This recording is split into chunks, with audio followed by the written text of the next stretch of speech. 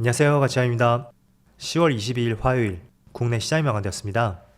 자, 오늘은 다시 한번 코스피 코스닥에 모두 급락이 나왔습니다. 우선 코스피는 마이너스 1.3%로 빠졌고 또 코스닥은 무려 2.8%의 급락이 나왔습니다. 그래서 대체적으로 모두 종가가 최저가에서 마무리가 되었고요. 오늘은 별다른 반등조차 나오지 않았던 하루였습니다. 그래서 여전히 실망감이 더 클 수밖에 없는 국내 시장인 것 같고, 또 시총 상위 종목들을 볼게요. 우선은 대체적으로 국내 시장은 금융주, 이쪽을 제외하면 대부분의 시장 흐름이 좋지 못했습니다. 국내 시장의 대표 산업이라고 할 수가 있는 반도체, 바이오, 2차전지 모두 낙폭이 조금은 크게 나왔고, 하이닉스도 오후장까지는 조금 잘 버텨주었거든요. 그런데 장 막판 무렵에 다시 한번 빠지면서 1.6% 낙폭으로 마무리가 되었습니다. 그리고 코스닥은 코스닥도 비슷한 흐름이었던 것 같습니다. 모든 업종들이 대체적으로 3% 이상의 급락이 나왔고, 굳이 특징적인 종목이라고는 뽑아볼 수가 없었던 하루였던 것 같습니다. 그리고 코스피 수급을 살펴보면 오늘 시장이 급락을 했던 만큼 오늘은 기관과 외국인의 많은 순매도가 나왔고요. 그리고 코스닥도 마찬가지로 기관과 외국인의 많은 순매도가 나왔습니다. 그리고 삼성전자, 오늘 다시 한번 신저가를 경신했습니다. 역시나 외국인의 많은 순매도가 여전히 이어지고 있고, 오늘은 기관마저 많은 순매도가 나오면서 더욱더 시장을 어렵게 만들었던 것 같습니다. 그리고 SK하이닉스, 그래도 하이닉스는 외국인의 순매도는 나오지 않았었고 반대로 기관 쪽에서만 많은 순매도가 나왔었네요. 그리고 마찬가지로는 급락이 나왔던 포스코 퓨처엠, 이 종목은 기관과 외국인의 양매도가 나왔었고, 반대로 LG에너지솔루션, 이쪽은 기관만 나올로 순매도가 나왔습니다. 또 삼성 SDI도 거의 비슷하게 기관 쪽에서 많은 순매도가 있었고요. 자, 그럼 이어서 주체별 매매 동향에 대해서 살펴보도록 하겠습니다. 10월 22일 외국인이 가장 많이 매수한 종목은 HD 현대일렉트릭, KT, 삼성생명, 삼성화재, 신한지주, 전반적으로 보험주, 금융주, 오늘은 이쪽에 집중을 했던 것 같고, 그리고 기관은 고려아연, 두산에너빌리티, 현대모비스, 하이브, 현대일렉트릭, 이렇게 순서대로 매수를 했습니다. 이어서 해외 증시를 보겠습니다. 오늘은 국내 증시가 다시 한번 또 크게 급락이 나오고 있지만 그와 반대로 미국 시장은 어제도 괜찮은 흐름이었습니다. 나스닥은 0.27%의 빨간불이 들어왔고, 그리고 S&P500은 보합이었죠. 반대로 다우지수는 0.8%의 낙폭이 있었습니다. 하지만 반도체 쪽을 보면 나스닥과 마찬가지로 어제는 빨간불이 들어왔습니다.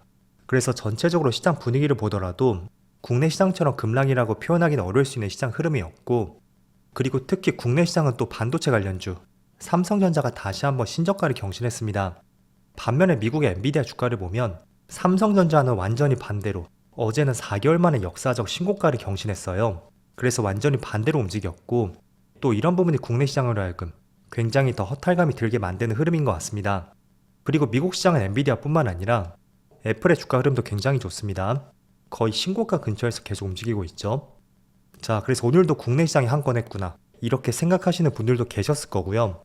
그렇다면 주변 아시아 증시를 볼게요. 오늘은 일본 니케이도 1.4% 급락이 나오고 있고, 대만도 0.5% 밀리는 흐름이 나오고 있습니다.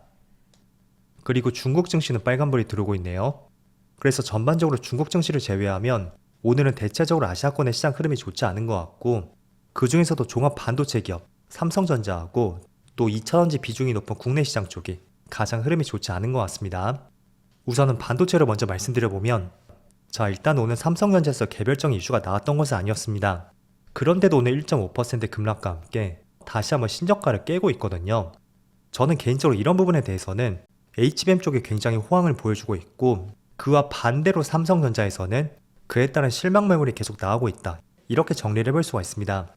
그래서 오늘은 하이닉스가 엔비디아처럼 빨간불이 크게 들어오진 못하고 있지만 전반적으로 시장 대비 흐름은 괜찮습니다. 지수가 많이 빠짐에도 불구하고 현재 보합권을 유지하고 있죠. 결국은 엔비디아가 신고가를 경신하고 또 하이닉스의 흐름이 보합을 유지한다는 것은 반대로 삼성전자에서 실망 매물이 쏟아질 수도 있는 결정적인 이유가 될 수도 있다고 생각이 됐고, 또 두 번째는 이번 주가 많은 빅테크 기업들의 실적 발표가 있어요. 일단은 삼성전자는 잠정 실적 발표를 했었죠. 하지만 하이닉스는 이번 주 목요일쯤에 실적 발표를 앞두고 있습니다. 그래서 어쩌면 오늘처럼 반대로 움직이는 것은 HBM 관련주, 엔비디아가 신고가를 경신했고, 그 흐름을 따라가지 못하고 있었던 삼성전자에서 되려 실망 매물이 나왔다고 생각이 되고, 또 이틀 뒤에 실적 발표가 있잖아요. 지금 예측을 하는 것은 하이닉스가 삼성전자 반도체 부분의 영업이익을 따라잡았다, 이런 의견들이 계속 나오고 있습니다. 자, 그렇다면 실적 발표를 이틀 앞둔 시점에서 그에 대한 회피하는 물량이 나왔을 가능성도 있고, 어쨌든 삼성전자를 바라보는 관점을 길게 보셔야 됩니다. 이게 뭐 일주일, 이주일 또는 한 달 안에 어떤 드라마틱한 반등이 나오기에는 어려울 수가 있고요. 제가 몇 번 강조해 드렸을 거예요. 과거의 20년 동안의 PBR을 봤을 때 PBR이 1.0 초반 구간에서는 거의 99% 확률로 지나고 봤을 때는 저점이었다, 그 지표를 첫 번째로 보여드렸었고, 또 두 번째는 또 월봉상의 RSI 지표도 보여드렸었죠. 그래서 그런 부분들을 참조해 보시고요. 필히 이 종목은 내가 자산이 많다든지 또는 커다란 추세를 따라갈 수만 있다면 저는 5만원 후반대에서는 좋은 가격이라고 말씀드렸습니다. 하지만 단기적으로 본다면 이게 뭐 일주일, 이주일, 한 달 내에 어떤 드라마틱한 반등이 나오기에는 어려울 수가 있는 만큼 절대적으로 트라이해서는 안 되는 위치라고 할 수가 있습니다. 그래서 여러분들의 투자 계획이라든지 또는 방향성, 그런 것들을 꼭 살펴보시고요. 그에 맞는 전략들을 꼭 세워보시는 것을 권장해 드리겠습니다. 자, 반면에 하이닉스 같은 경우에는 최근에 엔비디아가 신고가를 경신했단 말이에요. 그래서 지금 여기 고점 박스권 매물대 있죠. 이 매물대를 돌파하면 다시 한번 신고가에 대한 기대감을 가져올 수가 있고, 그게 어쩌면 이틀 뒤에 있는 실적 발표를 통해서 어떤 중요한 움직임이 나올 것 같습니다. 하지만 이 종목을 단기적인 흐름으로 본다면 현재 저점을 한번 찍고 나서 11선 위에서 계속 추세적으로 우상향 흐름이 이어지고 있습니다. 그래서 기본적으로 단기적인 흐름만 본다면 당연히 삼성전자보다는 하이닉스가 어떤 좋은 흐름이 나올 가능성이 있다고 볼 수가 있고, 이런 부분에서도 차이점을 한번 알아보시면 좋을 것 같습니다. 자, 그리고 오늘은 2차원지 관련주도 많이 빠지고 있습니다. 에너지솔루션도 최근의 흐름이 약간 하방 쪽으로 움직이는 것 같고, 또 포스코 퓨처엠도 마찬가지로 오늘 5% 급락과 함께 이번 달 추세는 하방 쪽으로 움직이는 것 같습니다. 그리고 에코프로 그룹주도 마찬가지고요. 그래서 오늘은 반도체 관련주인 삼성전자하고 국내 대표 산업이라고 할 수 있는 2차원지 급락, 그런 부분이 오늘 시장을 밑으로 끌어내리고 있다고 생각이 되고, 제가 2차원지는 앞서 많이 말씀드렸을 거예요. 일단은 대장주 LG 에너지 솔루션을 중심으로 보면 첫 번째로 주봉상의 22평선을 돌파했다는 것은 저점을 한 차례 다졌구나, 그렇게 생각할 수가 있고, 큰 그림에서는 우상향 추세를 예상을 해볼 수가 있습니다. 하지만 단기적인 시각으로 본다면 이 미국 대선 부분, 이게 조금 더 크리티컬하게 작용이 될 수가 있을 거예요. 그래서 오늘 당선 확률을 보면 점점 당선 확률은 트럼프가 올라가고 있고 해리스는 떨어지는 추세입니다. 그리고 대선까지는 2주밖에 남지 않았죠. 그래서 이런 점들을 감안했을 때 지금 시장은 당선 확률을 트럼프 쪽에 많이 싣고 있고, 그로 인해 신재생 관련주라든지 또 2차원지 관련주, 이쪽이 주가에 급락이 나오고 있다고 할 수가 있습니다. 그래서 이거는 대선 전후, 그때까지의 단기적인 변동성을 야기시킬 수가 있고, 물론 긴 추세보다는 지금 당장 체크할 수 있는 재료, 이런 부분에 시장은 조금 더 민감하게 반응을 할 수밖에 없겠죠. 그래서 당선 확률 차이가 계속 벌어진다는 것은 해리스 관련주를 보유하시는 분들이라면 추가적으로 단기적으로 변동성이 더 나올 수가 있으니까 그런 부분들을 꼭 이해를 해보시면 좋을 것 같습니다. 자, 반대로 오늘 시장에 급락하는데도 불구하고 원전 관련주는 조금은 선방을 하고 있습니다. 우선 두산 에너빌리티도 마찬가지로 빨간불이 들어오고 있고, 또 조금 작은 기업들을 보면 G2파워는 27%, 또 오진엔텍은 7% 급등이 나오고 있습니다. 그래서 지금 시장이 상당히 어둡다고 해도 재료가 있는 종목들은 그나마 잘 버티고 있고요. 오히려 빨간불이 들어오는 종목이 많은 것을 알 수가 있습니다.